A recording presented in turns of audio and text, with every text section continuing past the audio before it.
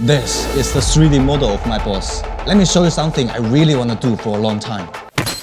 And trust me, scanning a human is not easy. So today, we are going to find who actually the best at this on our team. Is it Jack, the CEO of KIRI Engine, who have been doing this over a decade? Or Emma, a new teammate who joined our team just 1 month ago? In this video, we are going to show you the best way to 3D scan a human with Gaussian Splatting. 2 contestants, 2 completely different methods, 1 subject, me. Who gets the better result? First up, Emma. She has been practicing 3D scanning every single day. Emma, do you think you can beat your boss? Yes. Jack, do you think you might lose? No, well, I built KIRI Engine from scratch, so I've probably broken KIRI Engine more times than anyone on Earth. Actually, let me show you how many scans I've made in KIRI Engine. Look, this is only photogrammetry, and I have more on 3DGS. So, this competition gonna be crazy. Alright, let's start with Emma. Can you let us know why scanning a human with 3DGS is so difficult? Okay, so the main issue is that 3D Gaussian Splatting is need everything to be static. So I just need you to do your best and just stand completely still and find one spot to stay at. And don't follow me with your eyes when I was moving around.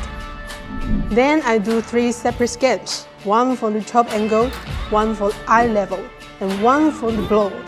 Each time I walk all the way around to make sure I'm getting every detail from that height. Emma's finished. Let's check out the result. It's clean and detailed. You can rotate it and inspect it from every angle. But here's the important part. This wasn't her first attempt. She had dozens of failed scans before getting this result. Hey Jack, I think Emma used the perfect 3DGS capturing method, but why does she fail so often? Look, so Emma technically get everything perfectly right? You do 3 passes, you do full coverage. That's how you're supposed to do it. But the reality is, it takes way too long. And the longer it takes, the more likeliness something's gonna go wrong for a person scan. For example, if your nose itches, if you shift your weights, etc., right? So I think the real question is, how do we get a perfect scan in a short time? So what's your solution? Well, it's kind of cheaty, but it will make the human scan way faster.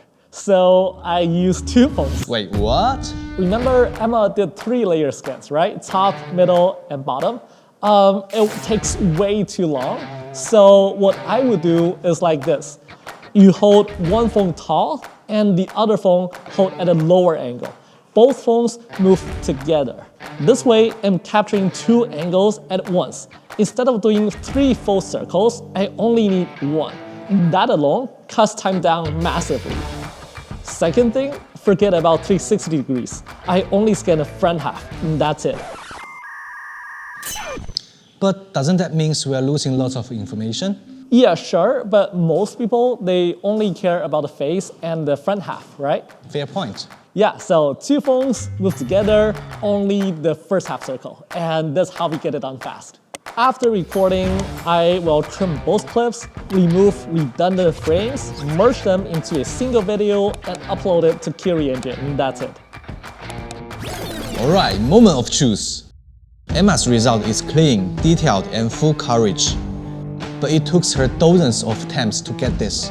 Now, check out Jack's result. Only the front half, but look at the success rate. So, who won? Honestly, it depends. If you need full 360-degree coverage for professional work, Emma's method is solid. But if you are trying to scan your friend without losing your mind, Jack's 2-phone setup will save you a lot of headaches. So yeah, now you know both methods. Try whichever one makes sense to you. Let me know in comments how it works. See you in next video.